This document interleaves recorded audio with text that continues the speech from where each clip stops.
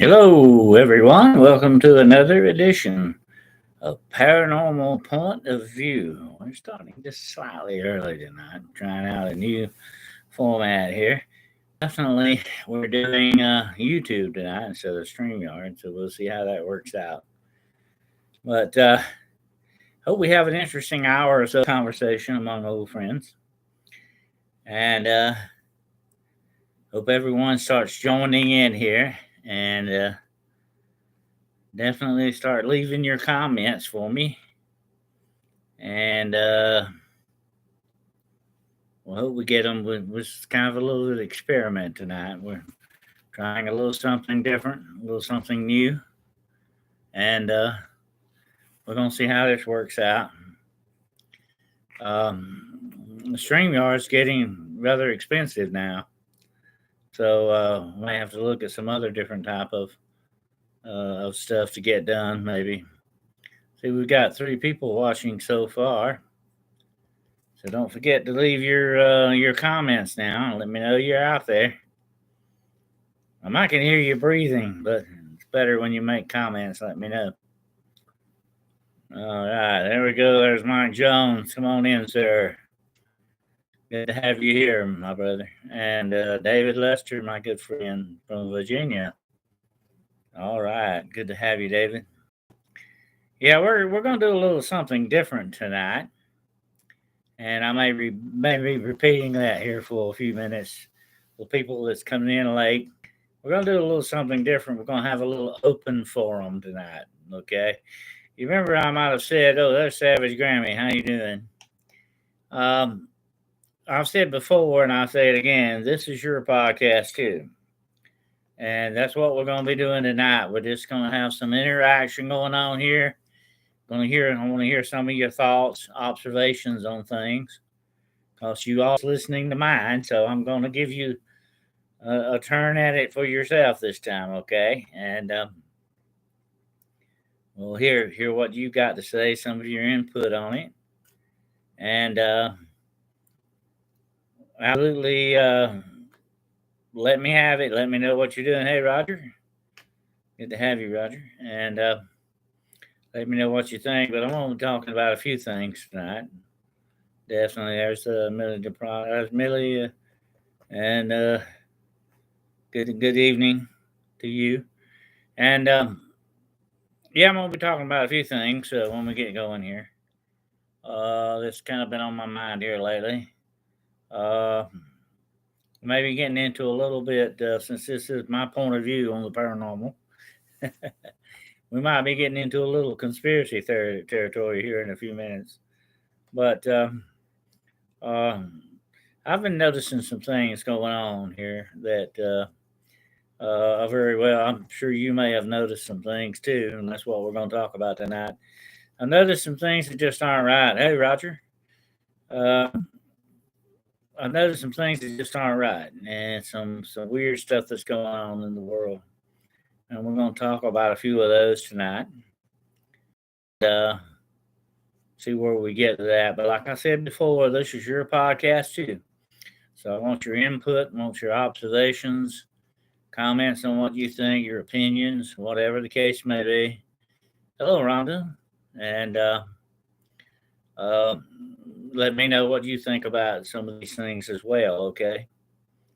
So we're going to be talking about some various different things here. Uh, Most of all, we're going to talk about movies a little bit here towards the end of the show. We're going to talk about there's Bluto. How you doing? We're going to talk about everybody's favorite Christmas movies. Okay, a little bit. We're going to talk about those. So I've been doing some review on some of the Christmas movies here recently.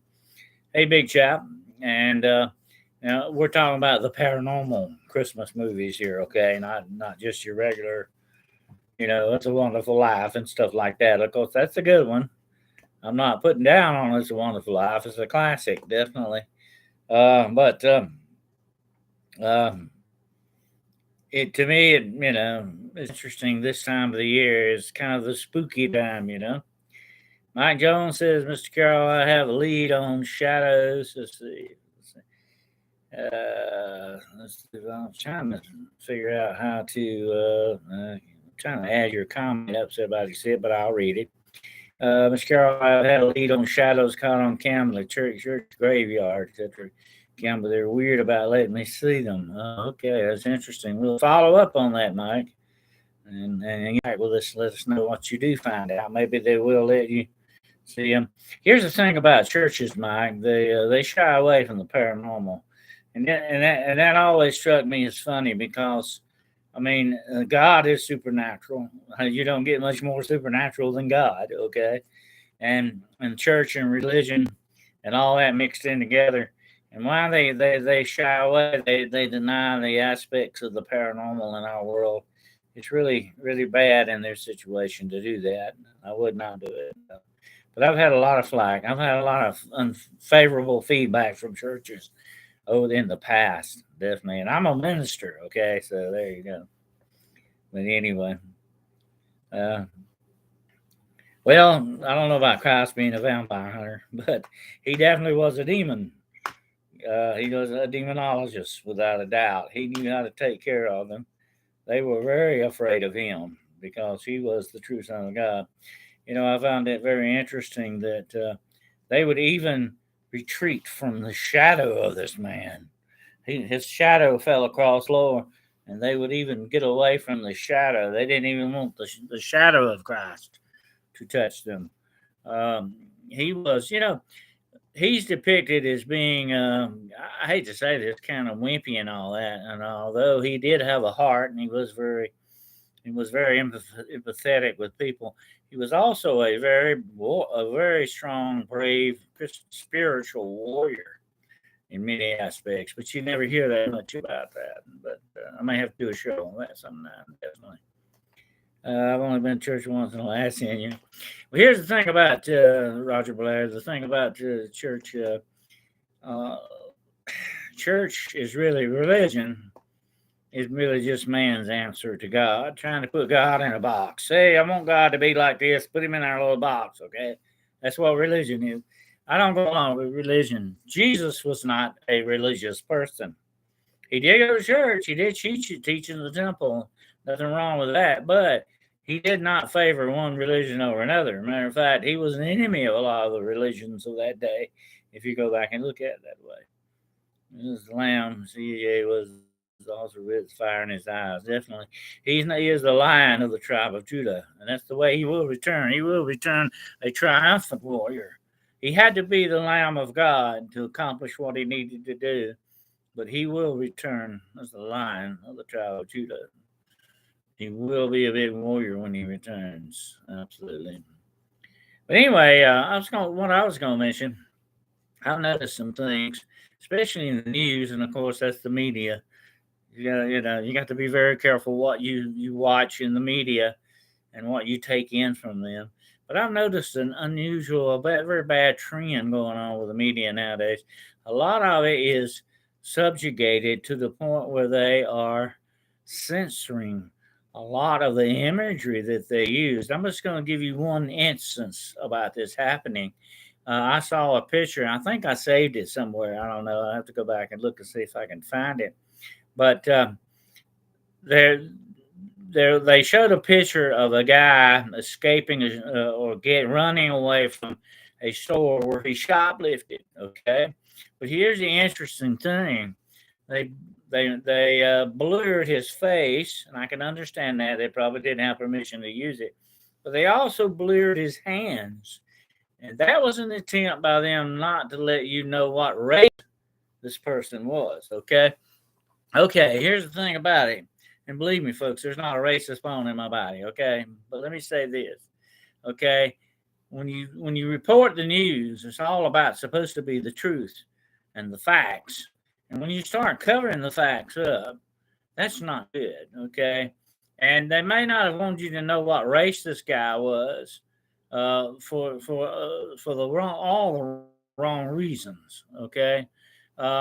I don't care what race the guy is. Shoplifter, shoplifter. I was in law enforcement. I know all about that. Okay, shoplifter, shoplifter. They come in all varieties and all colors, and all. But I mean, that what gets me is the news. doing this. Certain people need to figure that you don't need to see what the race of this person is, or what this. I mean, what's going on with that? To me, that's very nefarious. That's very sneaky and very evil to hold back on the real true facts of something. That's not reporting. I studied journalism back when I was in school. I had one time or another I was going to go into journalism, but I didn't. But that's not true journalism, folks. Okay, that's propaganda. Okay, I don't care which way you look at it. That is a form of propaganda. Okay, without doubt. Let's see what we got here. I don't know if you've noticed some of that kind of stuff going on, but that's not just one incident. It's going on a lot, and they're favoring one race over another because they don't want one race to look worse than another and all that. Who's determining this sociological stuff? I mean, that's not their job. Their job is to report the news and the facts and the truth, not cover up things. Okay, that's not good. That's not good at all. Thank you, Anna. Good to have you here, Griff. And um, um, the whole thing in a nutshell, to me, these things, I don't know. It's not feel. It doesn't have a good feeling to it to me. Okay, there's some very nefarious, bad stuff going on in the background of that. Definitely. You hear me? He's trying to get in a word here. Uh, he's been doing a lot of barking lately. I think he hears something outside going on or something like that. But anyway, just ignore him.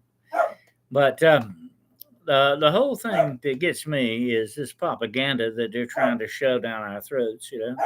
And I was reading an article the other day, and I like to talk about articles on paranormal point of view because you get some interesting information out of some of these articles.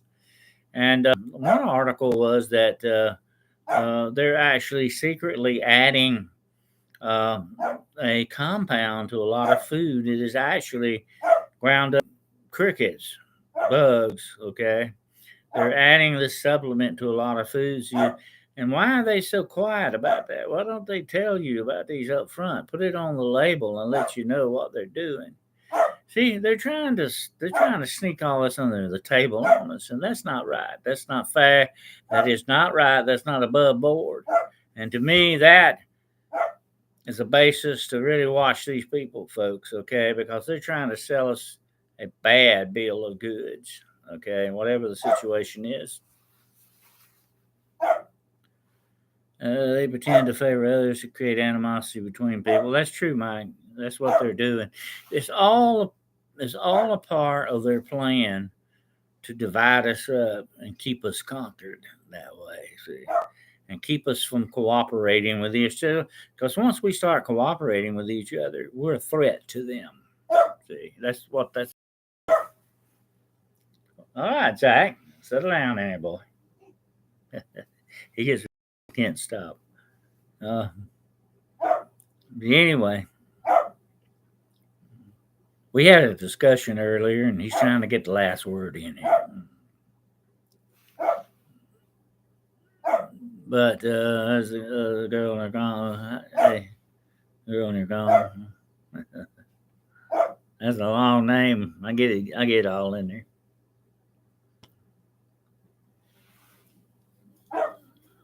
But I'm reading your comments now. Zach is keeping the shadows away. Yeah, he's really good at that. There's not any shadows around here. No thing right now. No, they don't want us to get along. They don't want us to cooperate.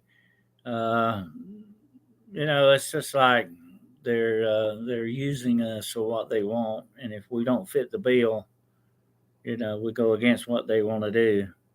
And there's sociological experiments that they're always playing little games with us.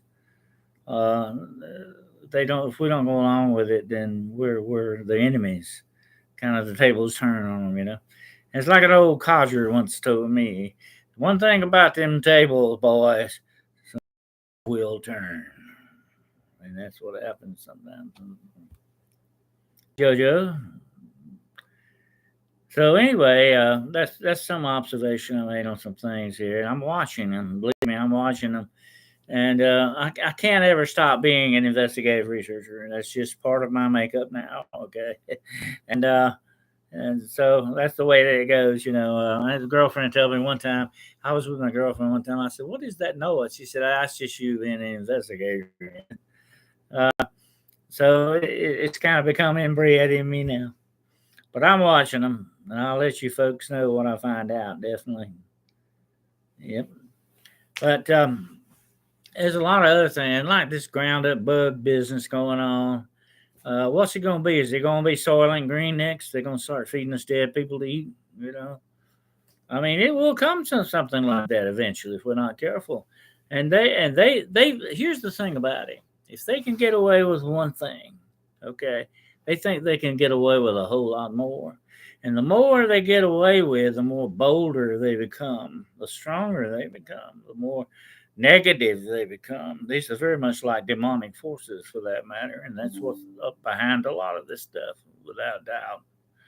Um, the more they get away, the less that people do to them, and that I'm not talking about just politicians and criminals. I'm talking about these guys doing this stuff. The more they get away with, the more they're gonna do. That's just the way it goes. So only Green was set in 2022 and came out 50 years ago. Yeah, it's almost prophetic, and it will be eventually. Here's the interesting thing about that observation. Instead of the population increasing in the world, do you know it's falling? The population is really going down. And it's not because of the recent pandemics and stuff like that. People are not procreating as much.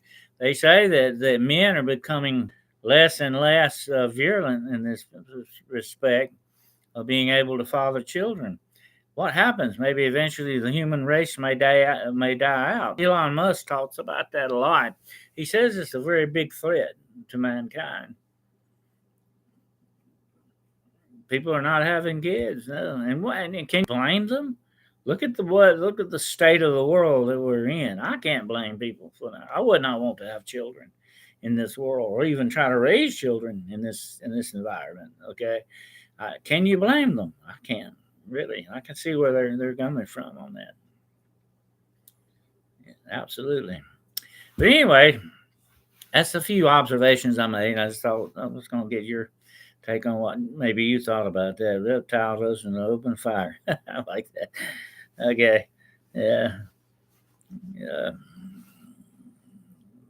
Let's see. Feminist crazy. Well, and a lot of that going on too, and I can understand. I can understand a woman's point of view on that. I would not want to birth any children in this kind of a world now. I mean, because I don't know. It's to me everything is screwed up to the point where we're kind of floundering around. And yes, I can see that we may be in big trouble in many different areas because of this kind of stuff. Without doubt. But anyway, moving right along. Okay, that's my social commentary for tonight. Moving right along, let's talk about Christmas movies, okay? And we're talking about some of the spookier kind of Christmas movies. Of course, the number one spookiest Christmas story of all, of course, is A Christmas Carol.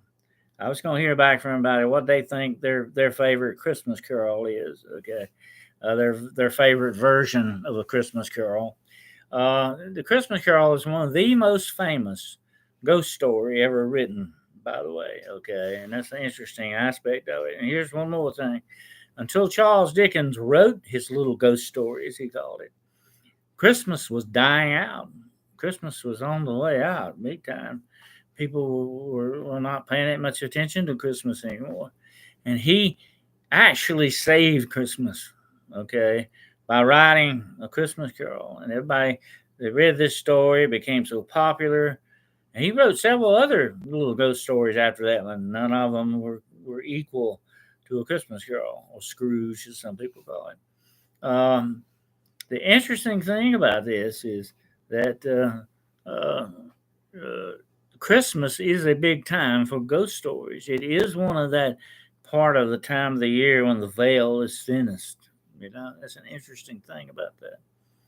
Definition. Let's see what we say here. It's Carol with the 60th anniversary of JFK. What's your thoughts on JFK? I tell you what, I'm still undecided on that. Whether he was a lone, I heard it was a lone gunman. Okay, that's all I can say about it. I heard it was a lone gunman, but a lot of people have gone out of their way, and here's something interesting to think about. A lot of people have gone out of their way to uh, to kind of discredit any kind of a conspiracy theory with JFK. And it makes you wonder what maybe some people are hiding or trying to cover up. Some people have gone way out of the way to discredit that. But I hear it was a lone gunman. Okay, that's from the X Files. Constant interruptions in broadcast, huh? Uh, let's see. Dennis Stone Jr. came out with JFK book.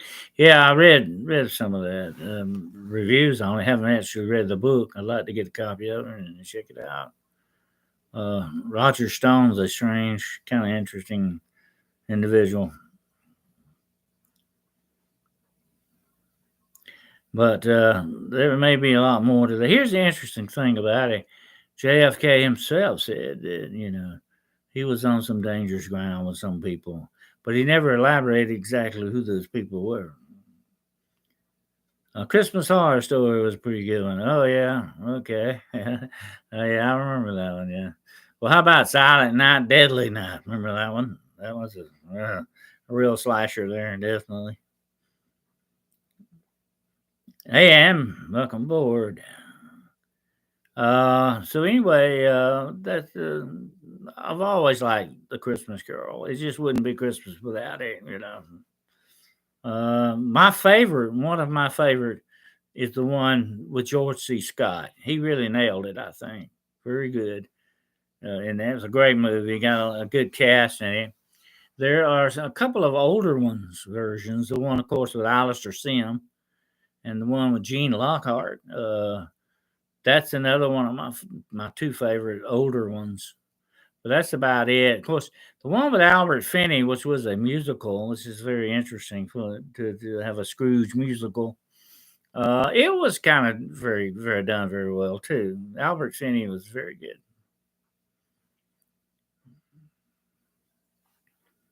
But yeah, Patrick Stewart, he was pretty good. I'm not a great big fan of Patrick Stewart. He should have stayed the captain. That's it. But he's okay. But I mean, he tries to be, to me. He kind of goes overboard with dramatic a little too much sometimes. Of course, he's a trained Shakespearean actor, so I guess that's why. Definitely. But anyway, it just would not be Christmas without Scrooge. All right. But here's the interesting thing. My favorite part of A Christmas Carol is not the ghost, although that's interesting. There are four main ghosts in it. A lot of people just say only three. No, you keep forgetting about Marley. Um, the interesting part of Scrooge is his redemption, how he completely does a 180-degree turn there at the end and becomes a much better person. That's the I think the big thing about A Christmas Carol. It shows that there can be redemption, that we can change, and things can be turned around for the better. So it gives you hope, kind of. That's the interesting thing about A Christmas Carol. I could write a book on A Christmas Carol because it has so many different aspects, and Charles Dickens was a pure genius with stuff like that. You know that Charles Dickens and Edgar Allan Poe were good friends. You know that, don't you? Oh yeah. Matter of fact, Charles Dickens had a pet crow, a pet raven. I'm sorry, he had a pet raven, and it's rumored that Edgar Allan Poe heard about it, and he's where he got the raven at, because of his friend Charles Dickens had a raven. His name was, I can't remember that raven's name, but it's stuffed and it's in the Charles Dickens Museum, by the way. Uh, Very interesting. That big tie-in with Edgar Allan Poe on that one. Chat want to a funny one sound a sleigh starring. Oh yeah, okay. Yeah, I've seen some previews on that. Yeah. I tell you, another great little Christmas movie which doesn't have any paranormal thing to it. But if you ever get a chance to watch it, A Dog Named Christmas. That's a great movie, very heartwarming Christmas movie. Very good. Check it out. A Dog Named Christmas. Okay, check it out.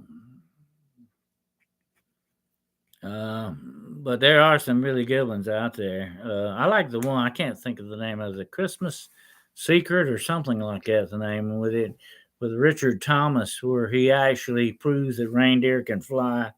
He's a college professor and all that. That's a great movie too, by the way. It has some paranormal stuff, definitely. Santa Claus is paranormal, okay? So be watching in the next few weeks. I'm gonna be doing several Christmas shows coming up. Okay, one of them we're gonna be talking about the dark side of Christmas. All right, you don't want to really miss this, the dark side of Christmas. But then I'm also going to be talking about angels. We're going to do a show on angels, and then I'm going to do a show on Santa Claus. You don't get much more supernatural and paranormal than Santa Claus. Okay, folks, you would not believe the thousands of eyewitness sightings of Santa that come in every year. It's amazing. It is. Great show on the Green Man the other day. Thank you, Mike Jones. He is an interesting character, without a doubt. Um, I wasn't feeling too good the other night, so I didn't really give it my full blown So maybe we'll revisit the Green Man one day, real soon. Yeah, it sounds good. Then it's Christmas, but Tucker and Dale versus Evil is good. Okay, yeah, I've seen that one too. Yeah, Tucker and Dale. That's a crazy one. Yeah, I think that sort of was the premise for a TV show too. They wanted to do on that one or spin off on it, something like that. But check out A Dog Named Christmas. You will love it. It is a good, and it's more something like it could really happen. It's something that would take place. It's really a great movie, a really good Christmas movie. I don't know if it's a Hallmark movie or what, but it's a good movie. Um, I think it's on the Fire Stick. I think for free if you want to try to catch it. Uh, let's see. Oh, I see another one. Another kind of a strange Christmas movie. That kind of goes along with uh, the season itself. Is what was the name? I'm trying to think of the name of it. Exactly what the name of it was, but it had to do with Tim Allen. That's it. He falls off the roof. No, the real Santa Claus dies and he has to take his place. That's what it is. Yeah. The Santa Claus. Okay. Clause as in like a contract. That's a good one. And of course, Christmas with the Cranks. Can't beat that one either. And it has a little supernatural element to it as well.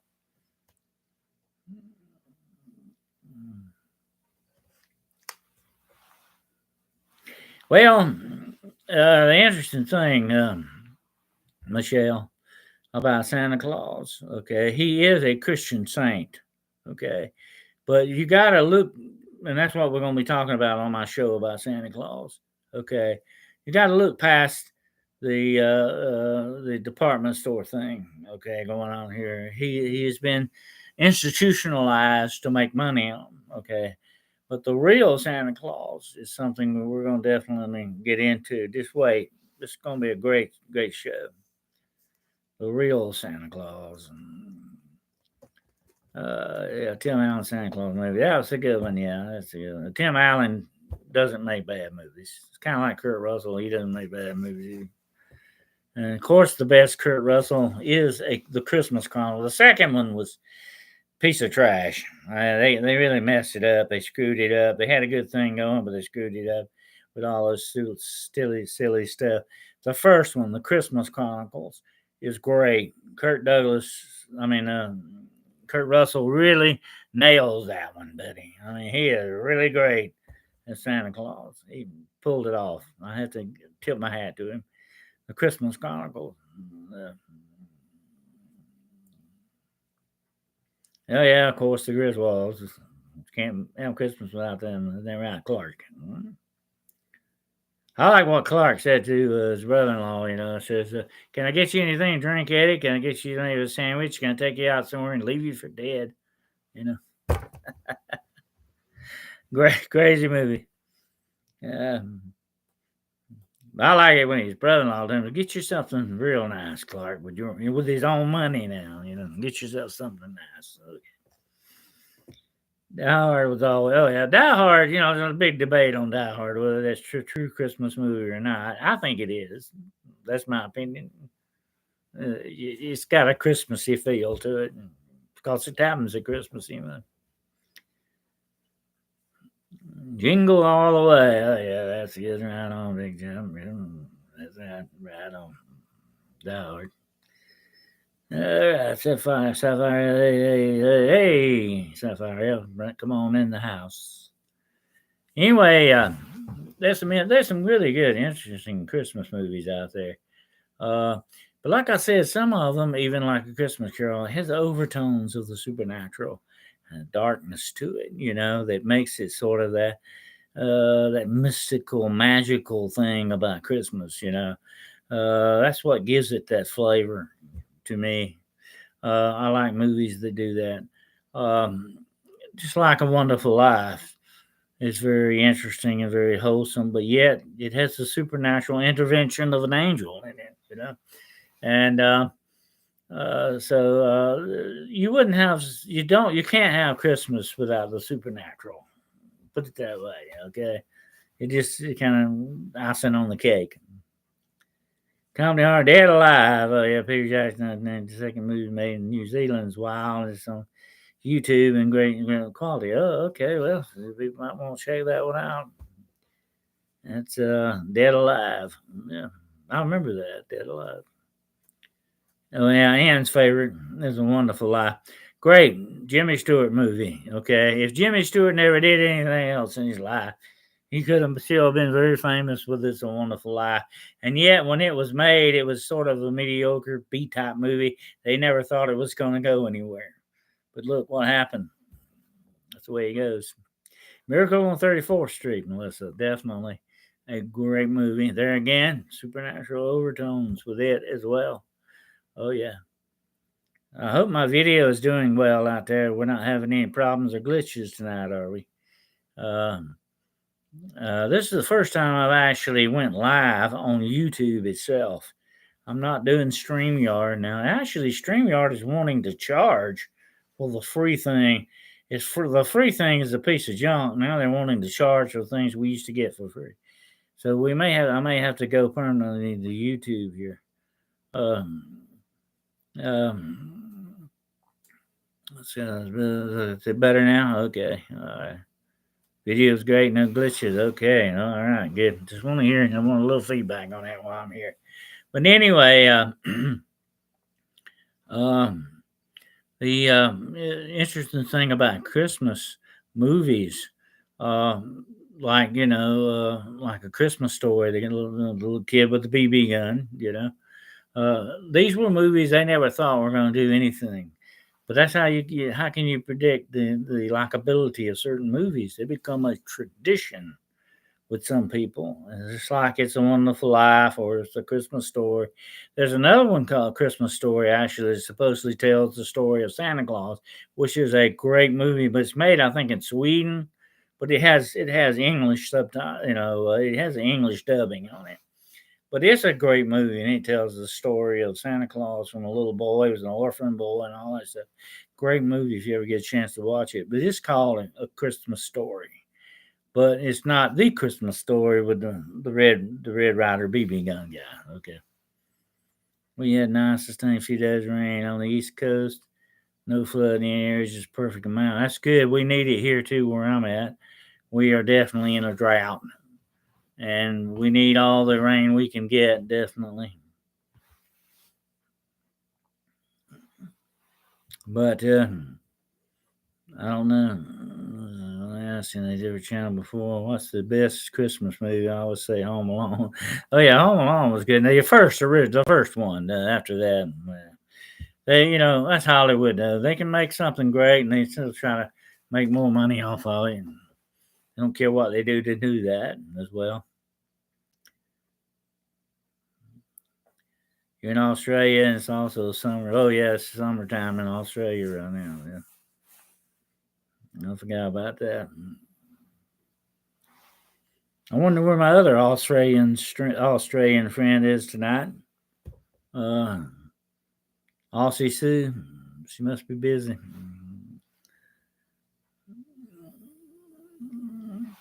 I'm hoping this, contacted everyone when I went on YouTube tonight, but it will definitely contact the subscribers. So that's why. So there's Aussie Sue. I wonder where you were at. Okay, I didn't know you were in here. Okay. Um, yeah, I know it's when it's winter here, it's summer in Australia. It's kind of vice versa. You celebrate Christmas on the beach.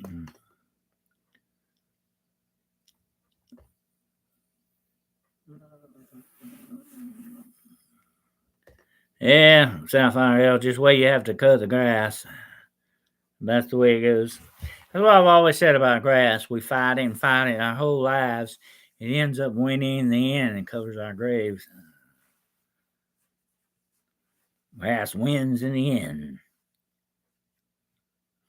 Let's see about some other Christmas movies. I'm thinking about some. One I'm thinking about. I'm trying to think of the name of it. It's the little girl that finds the reindeer. Prancer. That's a good one. It has a sound of a supernatural thing with it as well. Yeah. Let's see. Camp on a fairy ring of grass and fly around my caravan. Oh, that'd be neat. Being out in the middle of a fairy ring. I've encountered several natural fairy rings in my time. It has a weird feeling to them, especially when they're a ring made of mushrooms. Uh, Very interesting. White Christmas. Oh yeah, that's another good one. Yeah, that's very traditional. Yeah, without doubt. Elf, of course, is very funny. Elf is now part of the holiday tradition, just like Christmas with the Cranks. We're making our own traditions as we go along. I say that's okay. That's culture. That's the way cultures do, supposedly. So you'll watch Rudolph Frosty with the grandkids. Oh yeah, Rudolph. Yeah.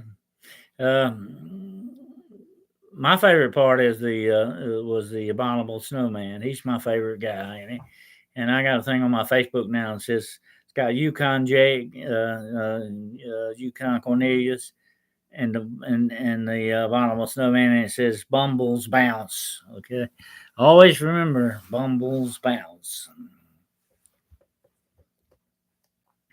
Why don't Chinese kids believe in elves? Because they make their toy. That's a good one. That's right.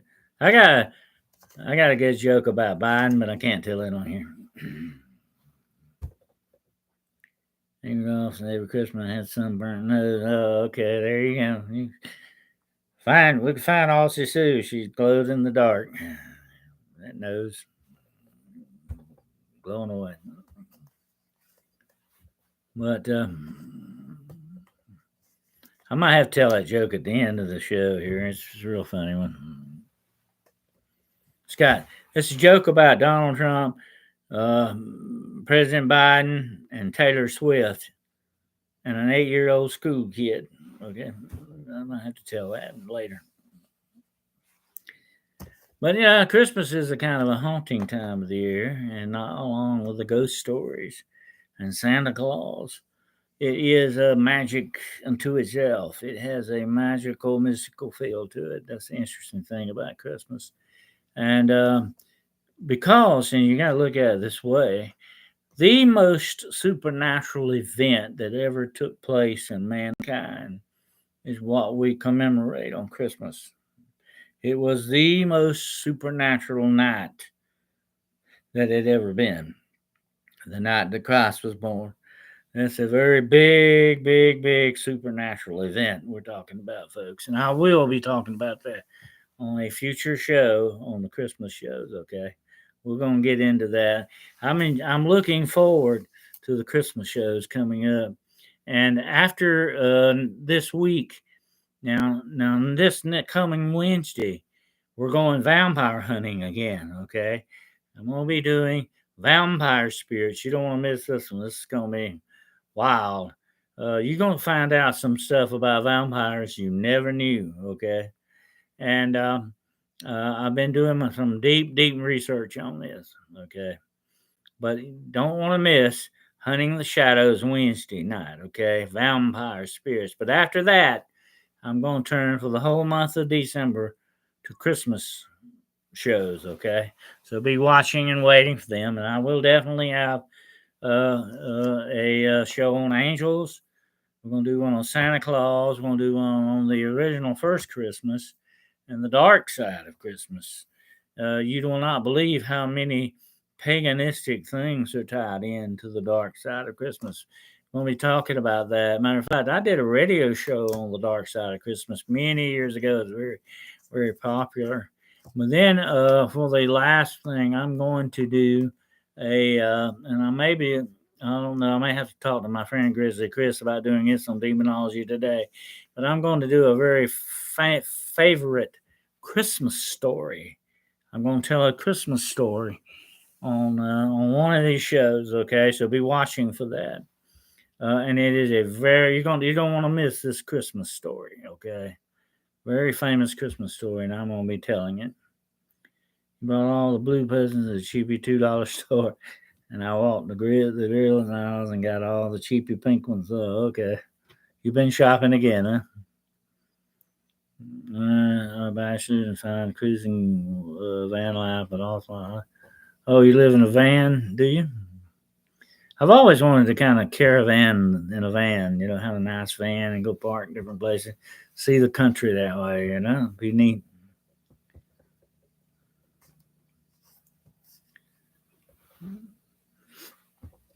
Yeah, all right, let's see.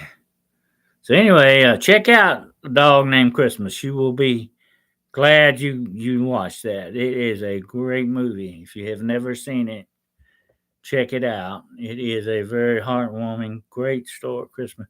It will become a new traditional Christmas story. Okay, and I'll tell you another funny one that's kind of rare. You can't catch it. It's Carol's Christmas, and it is the Christmas Carol, sort of a modern slant, but very funny. It's a very interesting comedy if you ever get a chance for this. Carol's Christmas, and it's spelled Karroll. Carol's Christmas. And it's just like my name, but instead of a C, it's got a K. And it is hilarious. Okay, if you ever get a chance to watch it. But it is good.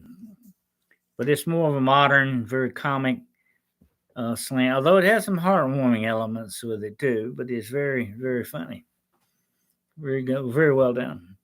We put a scary pile of pink and blue presents around as rules, to share the signs of the fall. No fights.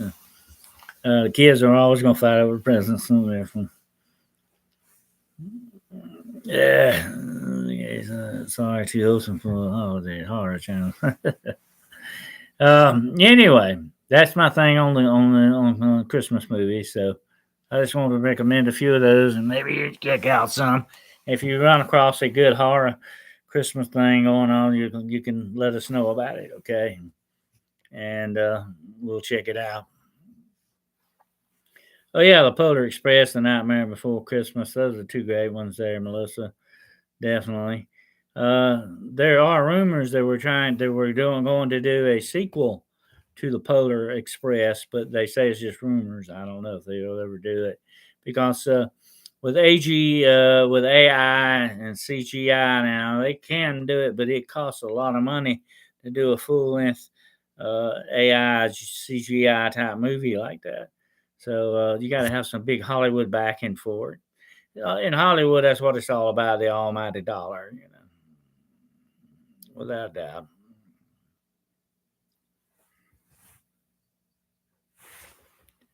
But anyway, but moving along, we'll see if anything else anybody out there wants to talk about. Throw it out here in the forum now, and we'll see what we got to say about it. I've been working on a very interesting case this past week. of about a fella that actually was a Uber driver, and he picked up a witch, a very dark witch, and some weird things have been happening to him ever since that. And he's wanting to have a consultation with me about that, and I might have to tell him what he needs to do. Could be, she's trying to cause him some trouble, but you never know. The companion Bible thing is detailed out in the bad. It's about the one. Oh, that's that second birth. Yeah, I've heard of that. Well, actually, yeah, they think it could be anywhere from September to like March. I feel it was more or less like, probably late spring. I'll tell you why. There is a clue that they were out in the fields with their flocks. Now, usually in winter, they did not stay out in the fields with them. They brought them back in, you know. But in summer, they could stay out and camp out with the flocks. So it had to be a very rather warm weather. Okay. And let us not forget that the wise men, the three wise men, their vocation, what their real jobs were, they were firemen, firefighters, actually firemen, because it said they came from afar. There you go. That's an old joke, very old joke.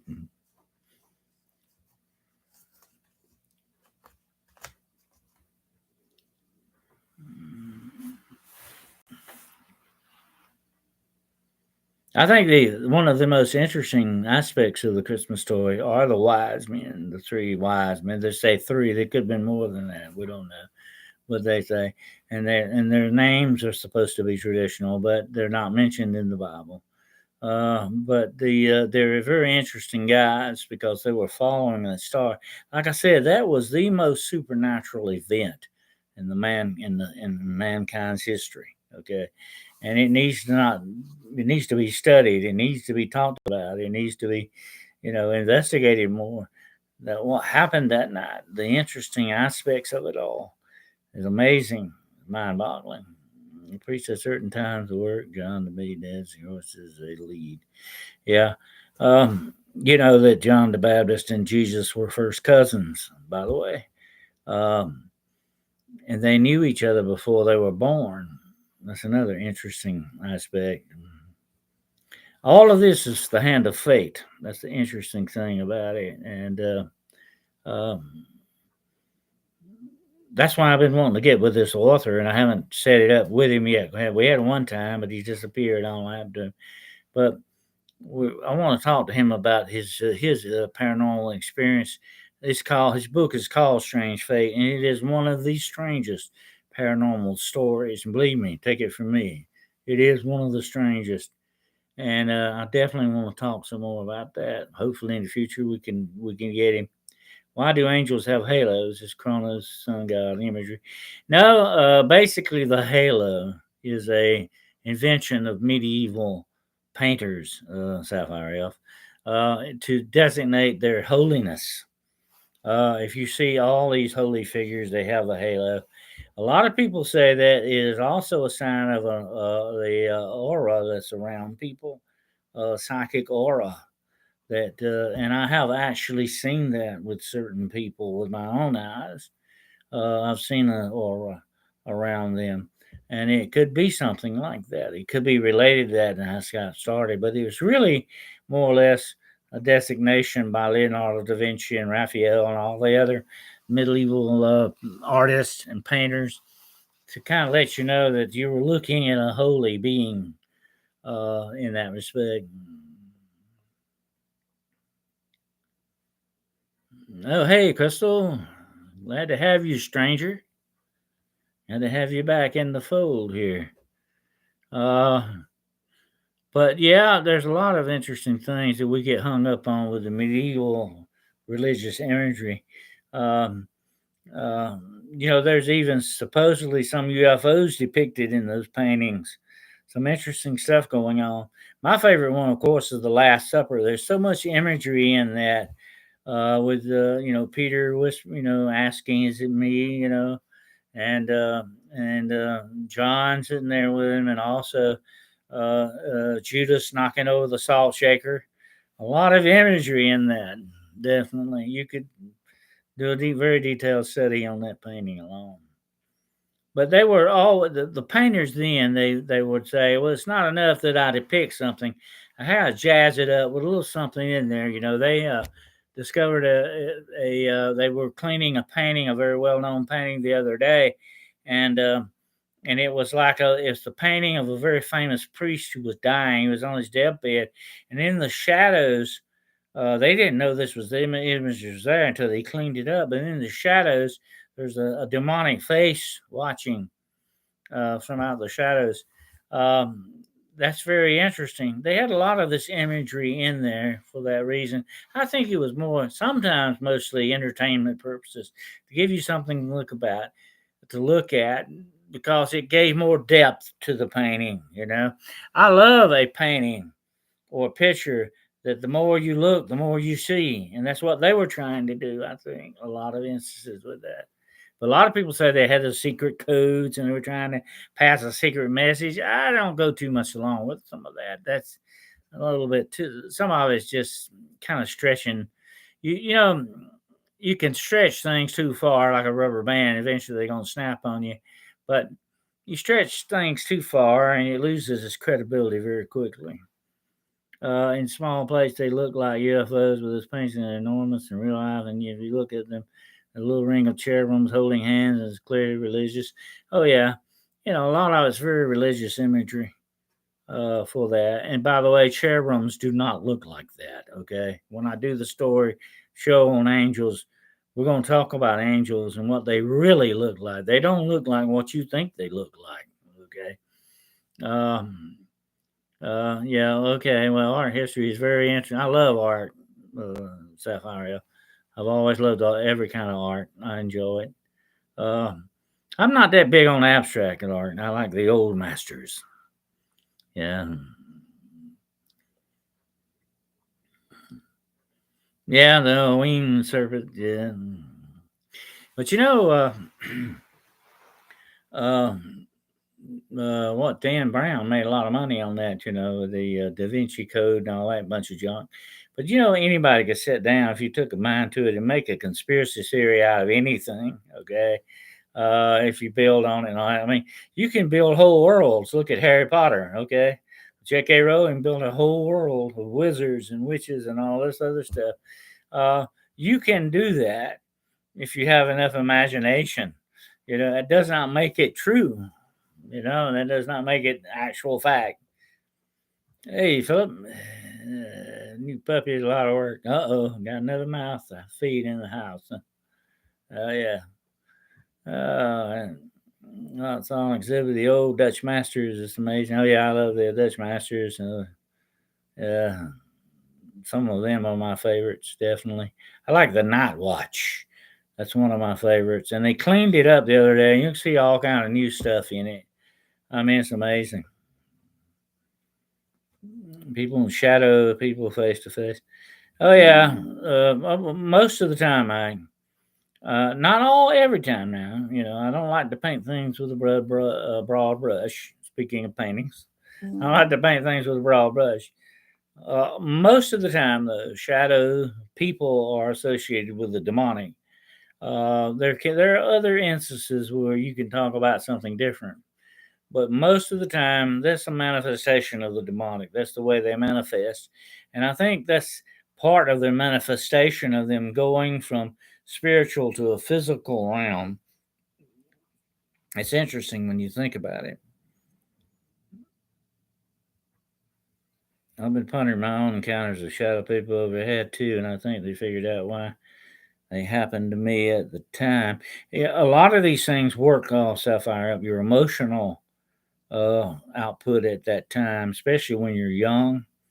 A lot of young people, and I've had a lot of cases with young people having interaction with shadow people, and they're in puberty and adolescence. There are a lot of emotional turmoil going on and all this stuff. It seems to attract these things, but there again, I say these things can be downright, definitely demonic in their aspect. The name Emmanuel has power over them and the fact. Oh, without doubt. Um, the blood of Jesus Christ is very, very powerful. When you invoke that, you will see things happen, good things, definitely. I believe that on the second time it was because I broke up with a girlfriend. I asked her, and she said, "Well, that might be. See, it's a very emotional turmoil thing going on. They feel that trauma that attracts these negative entities, without doubt." And I thought about the original time someone also was very upset with me, so I had to think about should I put might be a manifestation of their rage stalking you while thinking about hating you. That's another thing. It can be a psychic manifestation in that respect, and the demonic uses that. Okay, jealousy, rage, hatred, animosity of any kind. These are all negative things. And the demonic dwells and feeds off of negativity. That's why I say starve them. Don't give them any food. You take their power away from them. It's that simple. Hey, Cryptid Huntress, good to have you here. We've had a kind of a Christmassy show tonight, talking about some of the Christmas movies and the ghostly aspects of Christmas.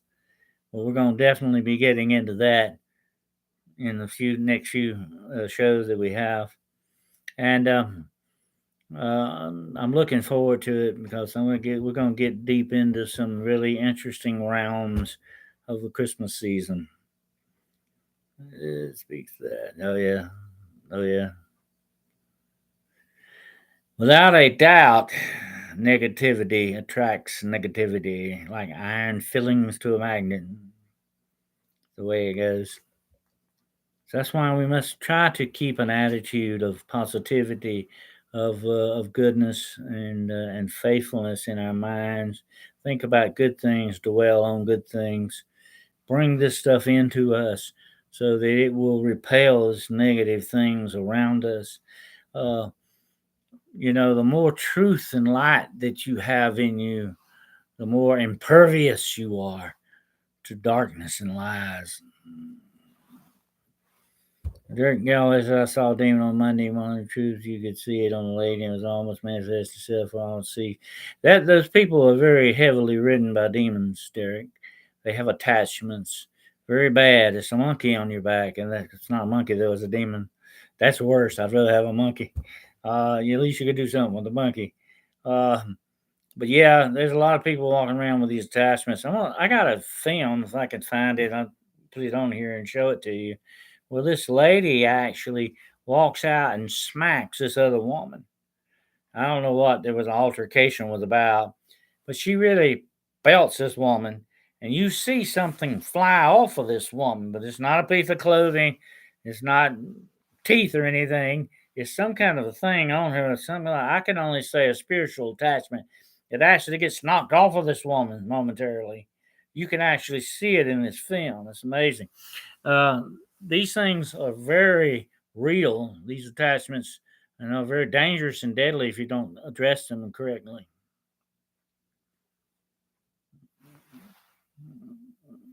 A war criminal. And anyway, uh, definitely, when you run into these negative entities, you've got to combat them. Don't take anything off of them. They're spiritual bullies. That's just what they are. Don't give them any power over you. That's the main thing because the more power you give them, like I talked about earlier about the propaganda in the media and all that, the more they get away with it, the stronger they become. If we let people get away with breaking the law or doing these horrible things to other people, if we let them get away with it, it only emboldens them to do more and to become worser and stronger. Don't let your enemy do that. As we always used to say, it's one thing to get shot at. It's another thing when you gave them the bullets. Do not give them the bullets, okay? Don't give them any ammunition. That's what you got to do. As they saw instantly others were leaders, it was sick with negative energy. It felt bad for them. Oh, that's what these things are, definitely. And greatly tried exorcism, animal demons rip their clothes off, and beat them. Oh yeah, the demons are that way. Demons can be very strong, but like I say, you don't have to take any of that stuff off of them. Be sure to hit that like button, everyone. Well, thank you, Cryptid Hunters, and be sure to check out my friend the Cryptid Hunters show. Okay, great show. If you don't already know about it, check it out. It's on YouTube. I don't have a link for it, but if you can, Cryptid Hunters, before the show's over, put your link up so everybody can see it. Okay. Now, I don't. Let's see. It's got a lot of them being done. I've talked to someone who's worked for years in a mental hospital. Oh yeah, that is a big draw for these things. Wherever there's trauma, anguish, and the demonic uses the mental health against people without a doubt. Oh yeah, they hide behind mental illness and use it as a tool. And that's why you have to be very careful what you're dealing with. I mean, you almost have to be a psychiatrist and a medical doctor and all that. That's why I say not just one person can perform an exorcism. It takes a team effort to determine exactly what's going on with that person. Very dangerous stuff.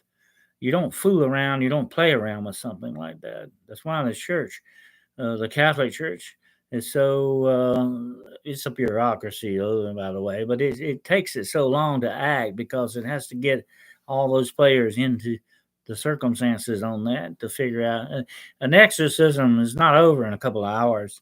It may take months. Some have gone on for years. Think about that. I used to be in Scottish Rite Freemason. We studied demonology, symbolism, numerology, heavy. Well, I'll tell you something about Freemasonry. It has some interesting ties to it. I may have to do a show on that one night. Some very interesting ties. Let's see. It's chilly out here today. It sounds cozy in my tent, though. Oh, good. We got a tent. All right. Tent heaters are very good. Yeah, they are very nice to have. You don't want a tent without a tent heater, especially in this weather coming up. Prayer and fasting is required with some of them. Oh, yeah, those are very powerful spiritual tools, Mike Jones. Prayer and fasting. When prayer doesn't work, fasting needs to take over.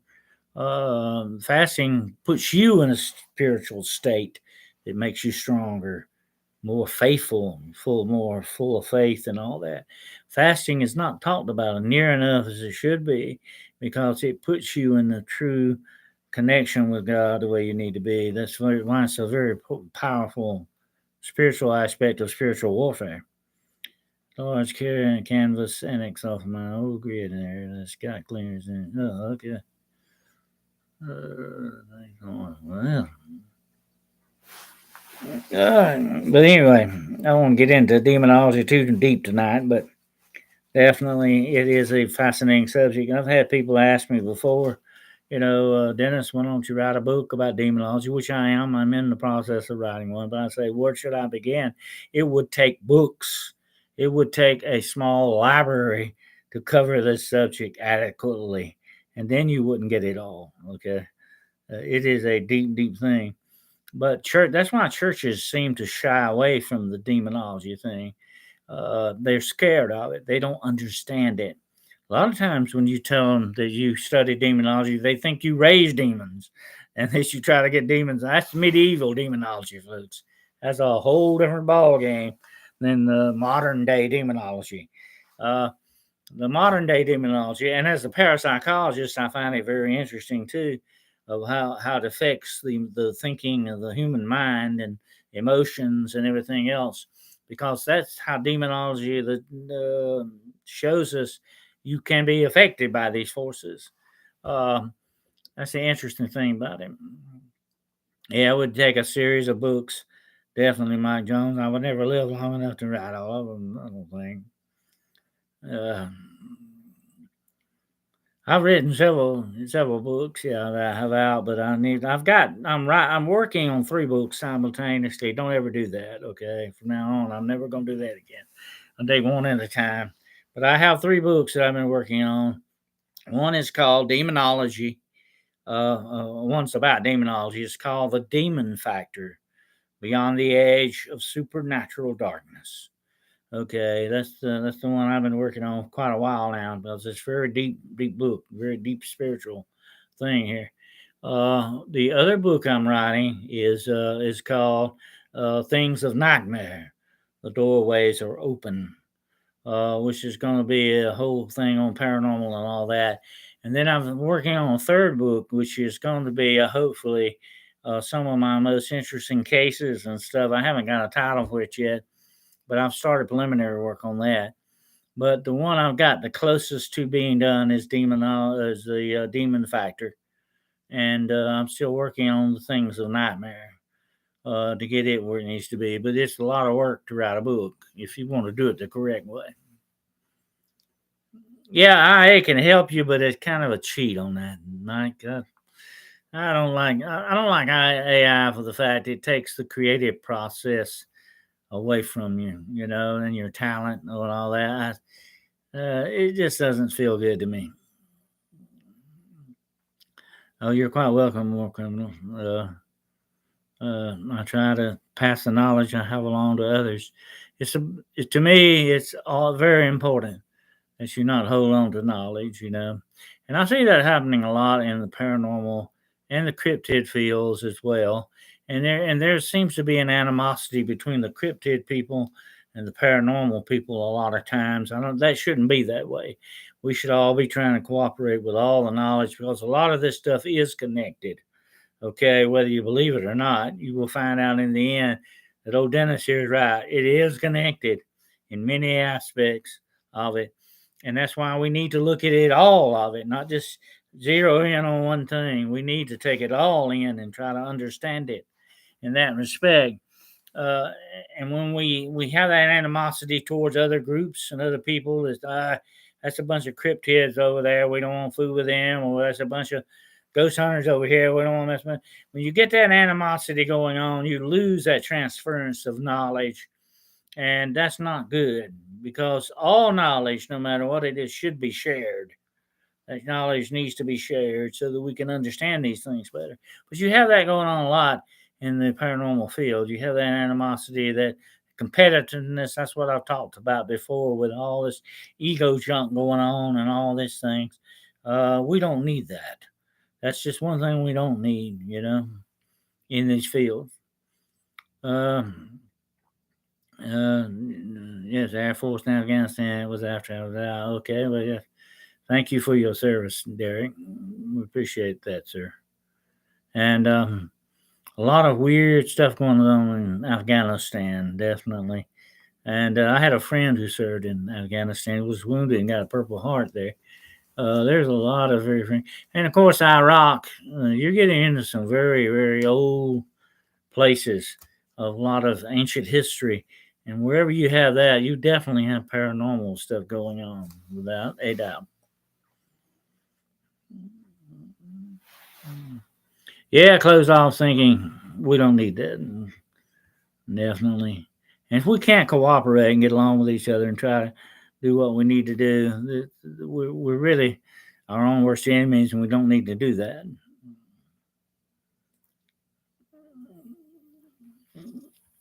But anyway, it's been a very interesting show tonight. I like these open forums. I have them from time to time just to see what people are thinking, see where they're coming from, what they got on their minds and stuff. And like I say, this is your podcast too, okay? You got a part in it as well, not just me getting on here talking all the time. I mean, you got a part in this, a very important part in it, okay? So don't forget that without a doubt. That is true. But I have really appreciate all of you coming tonight and all that. Philip says, I have experienced being able to sense demonic presence is not a fun thing, very overwhelming emotionally if you're not prepared. Absolutely, Philip. That's the way these things work. They want to wear you down. They want to attack you, especially where you are most weakest at or most vulnerable. They like to find the chinks in your armor. And studying ancient warfare, that was the one thing two knights did when they engaged in combat. They fought each other for a while for one basic reason. They were feeling their enemy out, looking for the chinks in his armor, looking for its weak point. And then when you found it, you immediately drove home the attack in that area. The demonic still works the same way. Okay, don't ever forget that. Well, thank you, David Lester. We try to make it interesting and relaxing. It's always a relaxed atmosphere. We don't need to put on any airs, definitely.